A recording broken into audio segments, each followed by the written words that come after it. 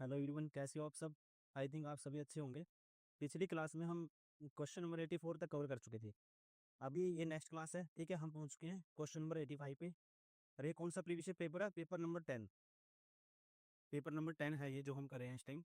इससे पहले paper number 8, ठीक है, 7, 6, 5, 4, 3, 2, 9, ये सारे हम कवर कर चुके हैं।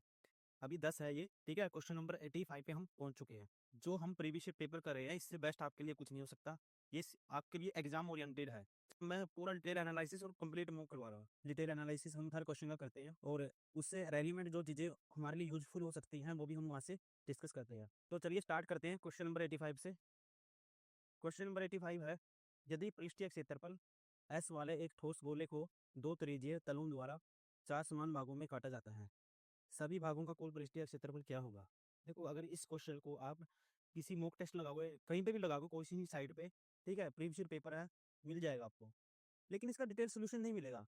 मैंने खुद एनालिसिस किया था उस चीज़ को। मतलब कि उसका सोल्यूशन डाल देते हैं, लेकिन उस वहाँ से स्टूडेंट है, जो कुछ स्टूडेंट है जो समझ नहीं पाते वहाँ से कैसे क्वेश्चन किया है। कई बार तो कैसा होता है, जो उसके डिटेल सोल्यूशन जो रिसर्चर होते हैं वो भी इसका सोल्यूशन बनाते हैं, वो भी कुछ इसमें धांधली कर देते हैं। लोगों को खुद नहीं आ रहा होता, वो सीधा सोल्यूशन डाल दे कि ऐसे हुआ। लेकिन आपको इसको आना चाहिए कि ये क्वेश्चन सोल्व कैसे करना है, ठीक है। आपका माइंड वहाँ से पता लगना चाहिए कि ये चीज़ बनी कैसे, फॉर्मूला कैसे बना, ये कि कैसे सोल्व करना है। डायरेक्ट रिजल्ट डाल रखा है इसका, मैंने देखा है प्रीवियस पेपर कई साइटों में जो मॉक टेस्ट देते हैं, लेकिन ये नहीं बताया कि कैसे आया वो चीज़, ठीक है। हर चीज़ का पता होना चाहिए कैसे बनी है। अगर इस तरह से पढ़ोगे, कोई भी क्वेश्चन आपकी रेंज से बाहर नहीं होगा फिर। देखो, कहते हैं कि एक पृष्ठीय क्षेत्रफल किसका? ठोस गोला। ठोस गोले का पृष्ठीय क्षेत्रफल, मान लो ये गोला है। पृष्ठीय क्षेत्रफल मीन्स क्राउड सरफेस एरिया, ठीक है, वो क्या है? एस है। आपको पता है फॉर्मूला क्या होता है पृष्ठीय क्षेत्रफल निकालने का गोले का? 4 पाई r²। अब कहते हैं इसको दो प्लेन के द्वारा काटा गया, त्रिज्यीय प्लेनों के द्वारा काटा गया, ठीक है, समान भागों में। कितने? 4 भागों में। तो सभी भागों का कुल पृष्ठीय क्षेत्रफल क्या होगा? जो सोल्यूशन आएगा, ठीक है, जो रिजल्ट आएगा काटने के बाद, उसका रिलेशन इसके साथ बताना है। स्टार्टिंग में जो क्षेत्रफल था पूरे का, ठीक है, और जो पार्ट कर दिए उसका क्षेत्रफल इससे कैसे रिलेटेड होगा। इसका 4 टाइम्स होगा, इसका 3 टाइम्स होगा, 2 टाइम्स होगा, ठीक है, ये इसके बराबर होगा। देखो, अब इसको प्लेन से काटेंगे। ये इसकी मान लो सेंटर है, ये रेडियस है, ठीक है, ऐसे काटेंगे इसको बीचों बीच, ठीक है, त्रिज्यीय प्लेनों के द्वारा। तो कितने पार्ट बन गए? 4। 4 पार्ट बन गए। इसमें से एक पार्ट उठाता हूँ मैं 4 में से। मान लो मैंने एक पार्ट यहाँ से ये उठा लिया, ठीक है, इसमें से हाफ सर्कल उठा लिया समझाने के लिए। अब 2 पार्ट हैं ये, हाफ सर्कल में से कितने बनेंगे? 2 पार्ट। आपको पता है जो हाफ सर्कल होता है या हाफ स्फीयर होता है, ठीक है, इसका कर्व सरफेस एरिया टोटल कितना होता है? देखो कैसे निकालते हैं, तो टोटल स्फीयर है उसका क्या होता है? 4 पाई r², ठीक है। अब ये हाफ है, हाफ का क्या हो जाएगा? इसका आधा हो जाएगा, हाफ हो जाएगा, क्या आएगा? 2 पाई r²। और लेकिन ये जो ऊपर है कि ये प्लेन भी बनेगा, ऐसे सर्कल भी बनेगा, इसका सर्कल का क्या होता है? पाई r²। तो टोटल की क्या हुआ? 3 पाई r²। निकालने का तरीका पता लग गया। आपने सुना होगा जो हाफ स्फीयर है उसका टोटल सरफेस एरिया क्या होता है? 3 पाई r²। आया कैसे? इस तरह से। अब मुझे इसका निकालना है। देखो, इतने का निकालना है मुझे, इस हाफ पार्ट का। इसका हाफ सर्कल का भी हाफ है, ये कह सकते हैं हाफ स्फीयर का भी हाफ है। देखो, इतने का मुझे निकालना है मान लो। तो कैसे निकालेंगे? देखो, पूरे सर्कल का ये इसका इसका कितना होगा? देखो, पूरे का क्या होता है? 2 पाई r², ठीक है। पूरे सर्कल का हाफ है, इतने एरिया कितने आएगा? Divide by 2। इसका ये वाला पार्ट का आ गया। अब ये पूरे सर्कल का क्या होता है? पूरे सर्कल का होता है ये, ठीक है, कितना होता है? पाई r²।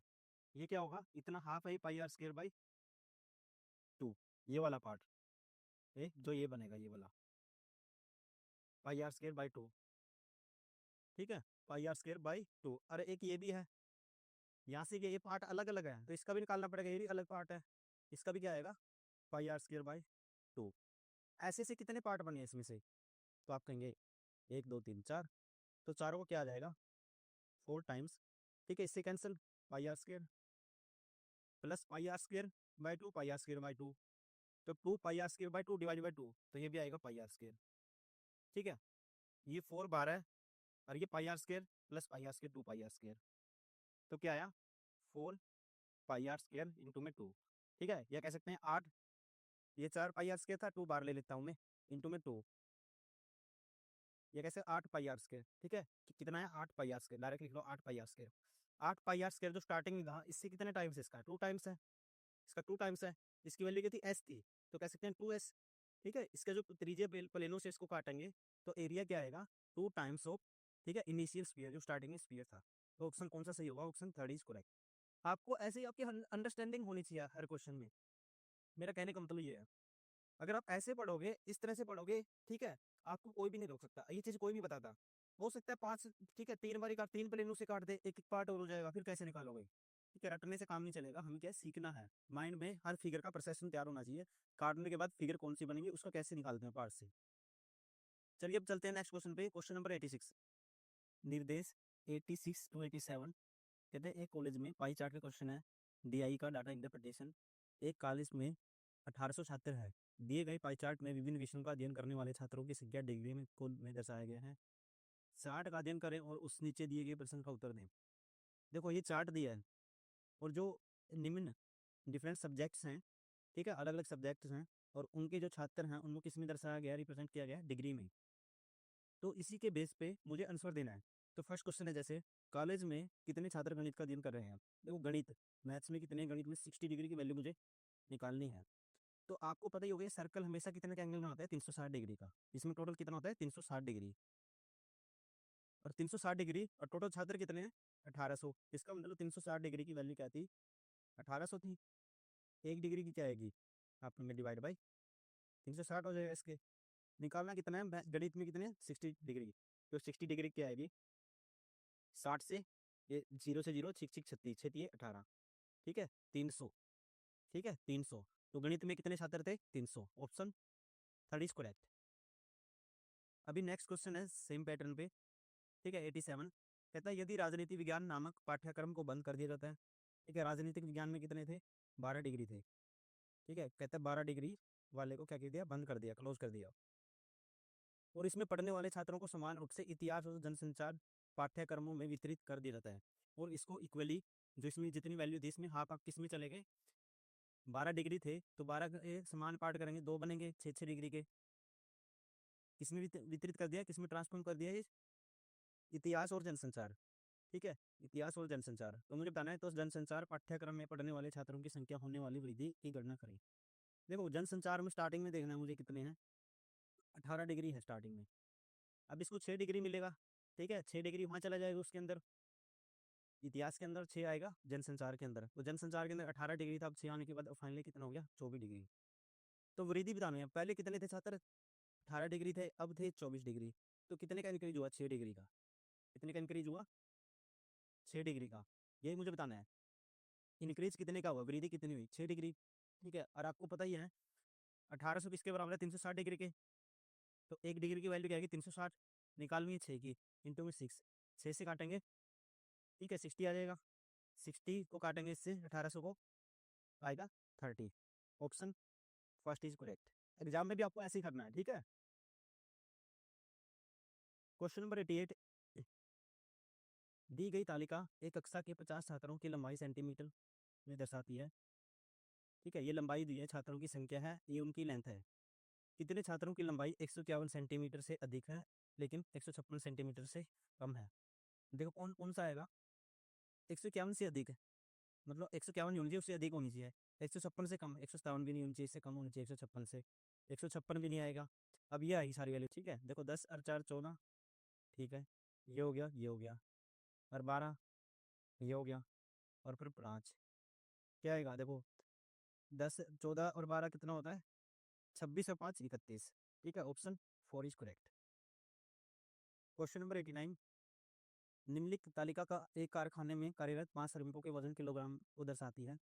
ठीक है, वजन दिए हो गए हैं, कारखाने में कार्य करने वाले जो मजदूर हैं उनके। तो मुझे बताना है श्रमिकों का औसत वजन कितना है, औसत निकालना है मुझे।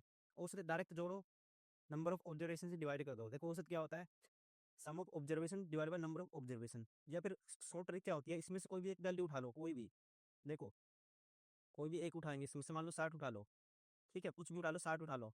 अब देखते हैं 60 से 60 से कितना कम लेके आया, 10।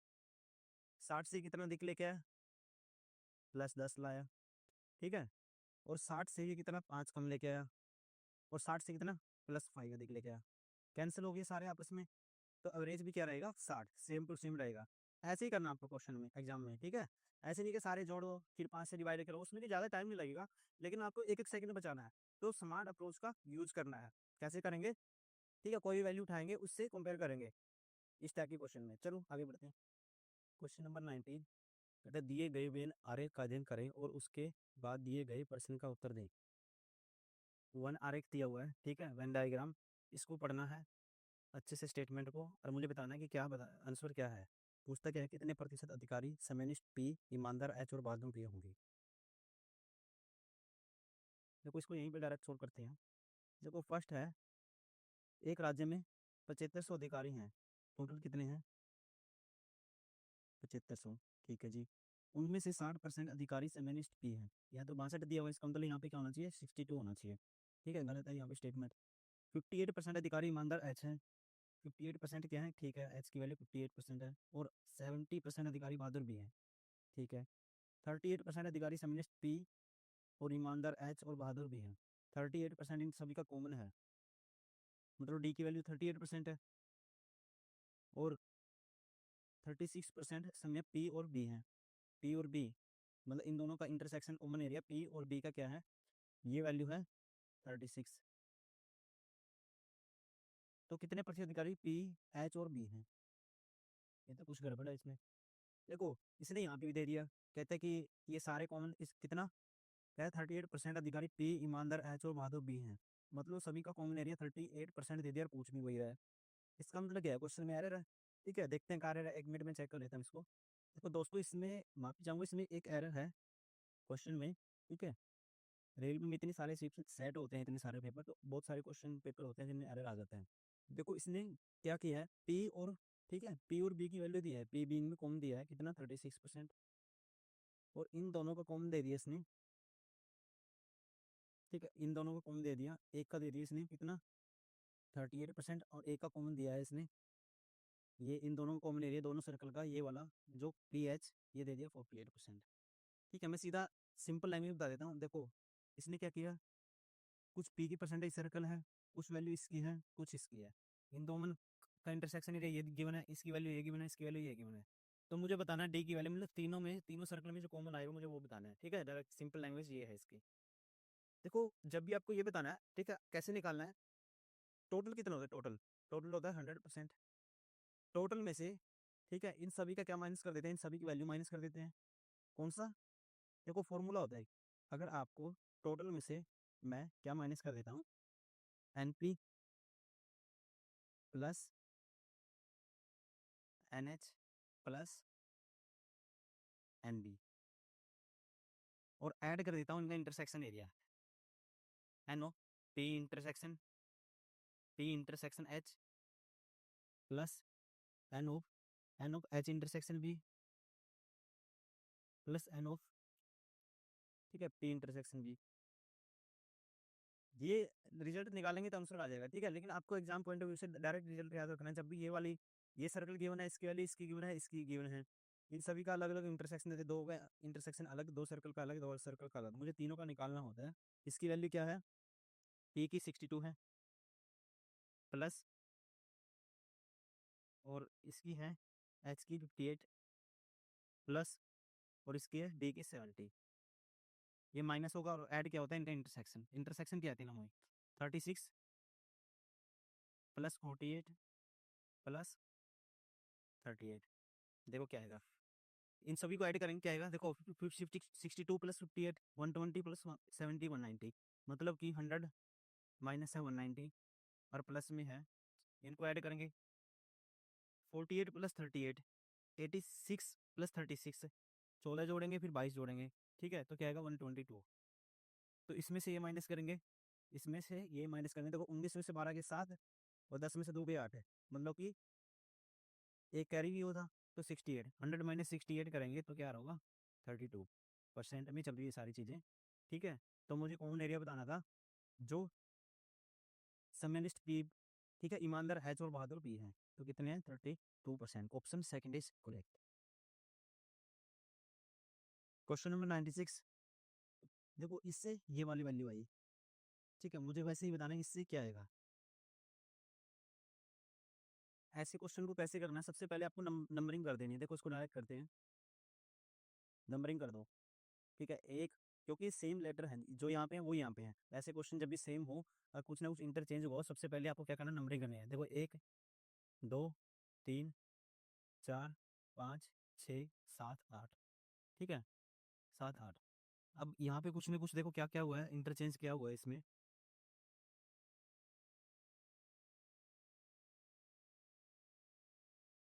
ये तो मान लेते हैं टाइम, ये फर्स्ट ही मान लेते हैं, ए फर्स्ट है, ठीक है। उसके बाद ए कौन से नंबर पे है, 8 पे, उसके बाद 8 है, उसके बाद आई, ठीक है। सबसे पहले सीक्वेंस में मानेंगे, इसको 2 मान लेते हैं। और उसके बाद एच है, एच कौन से नंबर पे है, 7 पे है।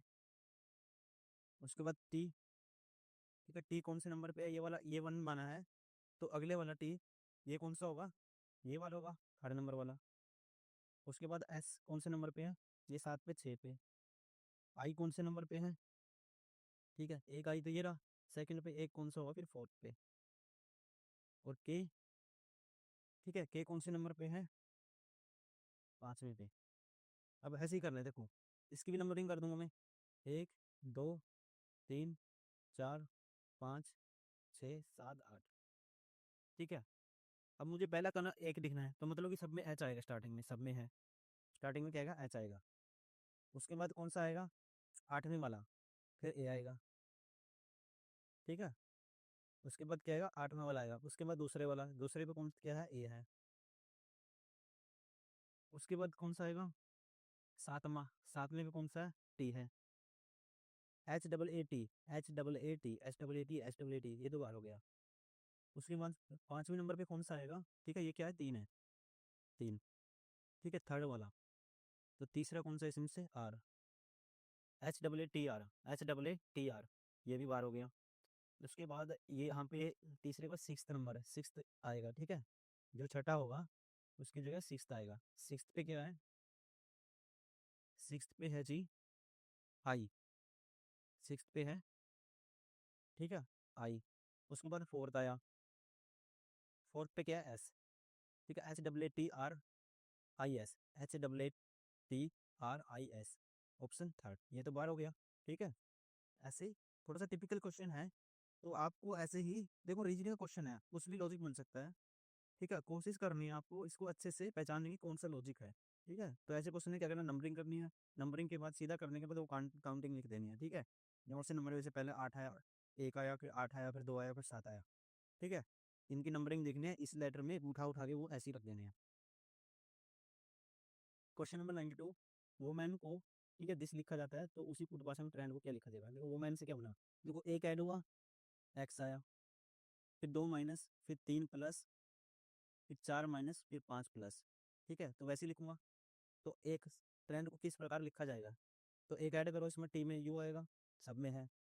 तो उसके बाद 2 माइनस करो, आर में से 2 माइनस की 16 पे पी आएगा, तो मतलब कि ये तो बाहर हो गया। फिर उसके बाद 3rd में क्या हुआ, 13 से 16 है, मतलब 3 ऐड हुआ, तो 3 ऐड करो, 5 और 3 8, मतलब 3rd नंबर पे क्या आना चाहिए, एच आना चाहिए। तो ये भी बार हुआ, ये भी बार हुआ, तो ऑप्शन कौन सा सही होगा, ऑप्शन सेकंड इज करेक्ट। अन्य समूह से असंगत बनी हुई है, ओड वन बताने सबसे अलग है जो, ऐसे क्वेश्चन को देखो क्या इसने क्या किया है, इसने मल्टीपल निकाल डिवाइड कर, देखो इसको लिख सकते हैं 7 गुना 9 और 13 से 91, 13 गुना 7।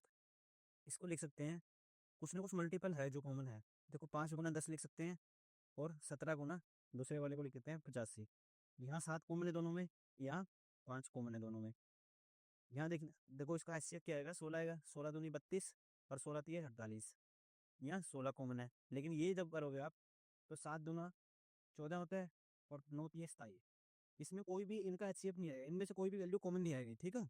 तो मल्टीपल इनके फैक्टर तो बन रहे हैं, लेकिन कॉमन नहीं है कुछ भी, ठीक है। तो कौन सा ऑप्शन अलग है इसमें, ऑप्शन 4 इज करेक्ट।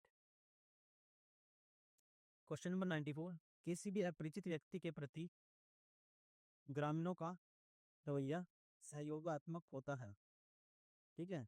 तो ये स्टेटमेंट दी हुई है, इसको इम्प्लीफाई करना है। ठीक, अपने माइंड से कुछ नहीं सोचना, जो दिया है उसी को देखना है कि इम्प्लीफाई होता है या नहीं होता।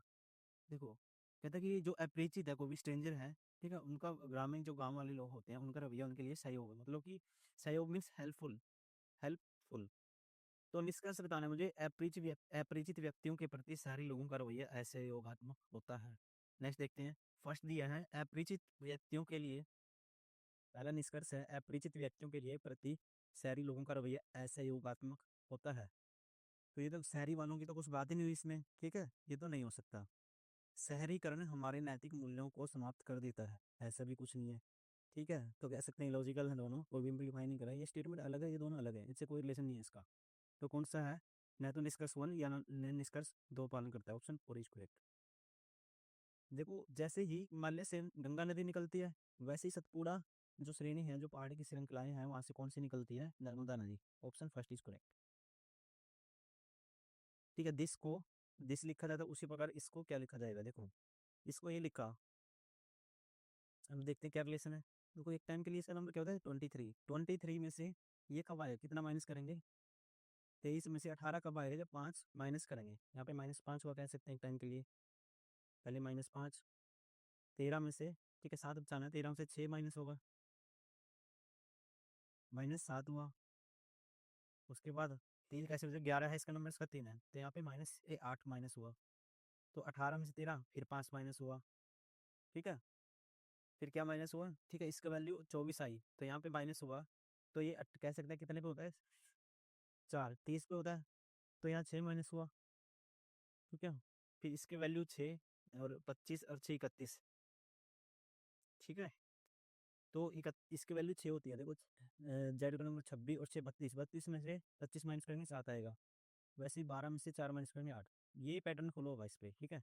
तो वैसे ही 5 माइनस करो, 18 में से 13 आएगा, ठीक है। लास्ट से हम चेक कर सकते हैं, लास्ट में से 8 माइनस कर दो सीधा, जो जल्दी होता है वैसे ही करना आपको। देखो, इसमें से माइनस करेंगे, लास्ट से चेक करते हैं, क्योंकि लास्ट से हमें पता लग जाएगा। देखो 18, 14, 14 में से 8 माइनस करो, 14 में से 8 आगे 6 बचेगा, 6 पे आप होता है, ये बार हो गया।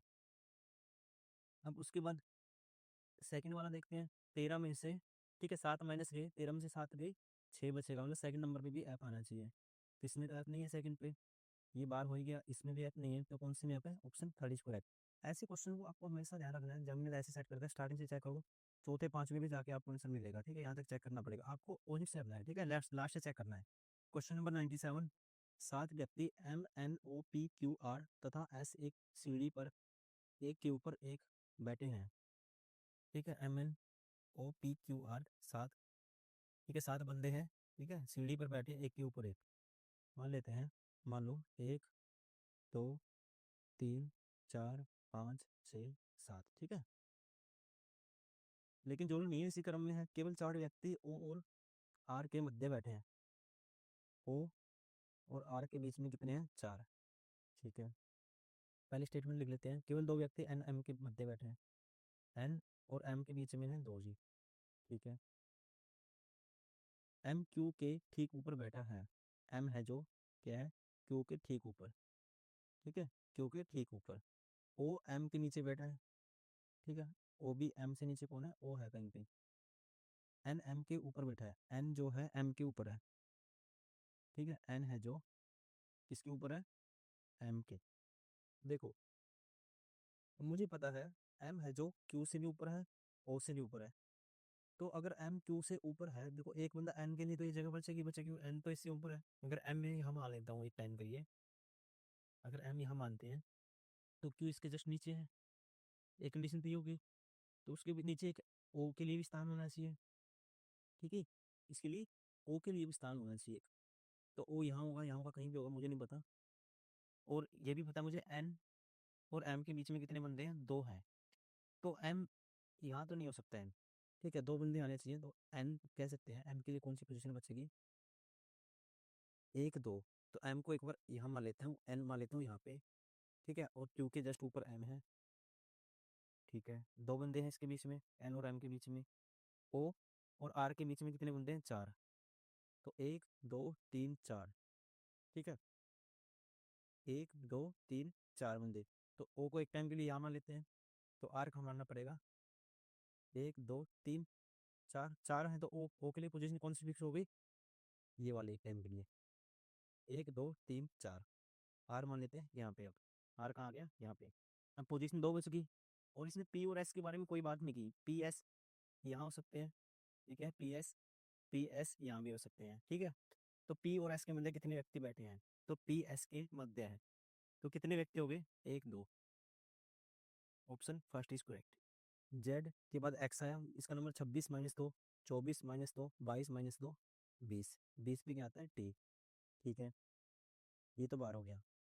8 - 8 + 4 12 + 4 16 4 20, 20 पे फिर क्या आता है, टी, तो डबल टी आना चाहिए, ऑप्शन सेकंड इज करेक्ट। 7 × 2 = 14, 7 × 3 = 21, 7 × 4 = 28, 7 × 5 = 35। आसान क्वेश्चन है सीरीज का। क्वेश्चन नंबर 100 है।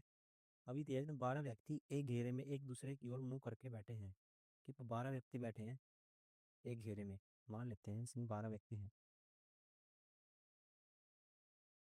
1 2 3, ठीक है, 4 5 6 7 8, ठीक है, और 9 10 11 12, ठीक है। और नज़दीकी सदस्यों के बीच की दूरी एक समान है, फेस का आएगा एक दूसरे की ओर, मतलब अंदर की तरफ है, इसका मतलब एल और एच एक दूसरे के सामने बैठी हैं, एल एच, मान लेते हैं एक टाइम के लिए एल ये है, ठीक है। इसके सामने कौन सा हो गया, देखो 1 2 3 4 5 6, देखो 1 2 3 4 5, 1 2 3 4 5, तो एल ये है, तो एच कौन सा होगा, ये होगा। जी और आई भी एक दूसरे के सामने बैठे हैं, जी और आई, एक बार लिख लेता हूँ इन्फॉर्मेशन, जी और आई भी एक दूसरे के सामने बैठे हैं। एल आई के दाईं ओर ठीक बगल में बैठा है, एल आई के ठीक दाईं ओर, ठीक है, एल आई के दाईं ओर, तो आई अगर ये लेते हैं इसका दाईं ओर ये वाला होगा, ठीक है, और आई जिसके सामने बैठा है जी के सामने, तो जी कौन सा होगा, ये होगा, ठीक है। ए एच और सी के ठीक बीच में बैठा है, ए जो है इस किसके बीच में बैठा है, ए एच और सी के बीच में, एच अगर ये है, ठीक है, सी ये होगा, ए इनके बीच में है। उपरोक्त जानकारी के आधार पर विकल्पों के दिए गए कथनों में से कौन सा कथन चयन करें, ठीक है, सही होता ना हो जाए। आई सी के दाईं ओर बैठा है, चौथा व्यक्ति है, आई सी के दाईं ओर बैठा है, ठीक है, कौन से व्यक्ति है, 1 2 3, तीसरा है, पहला गलत हो गया। सी और एल एक दूसरे के ठीक बगल में बैठे हैं, सी एल एक दूसरे के बगल में है, नहीं है, दूसरा गलत हो गया। जी एच के बाई ओर ठीक बगल में बैठा है, जी एच के बाई ओर ठीक बगल में, जी एच के बाई ओर, तो एच का बाई ओर जी इसके बगल में बैठा है, एच का क्या है, लेफ्ट साइड, ठीक है, तो जी बैठा, ये सही है, ऑप्शन थर्ड इज करेक्ट।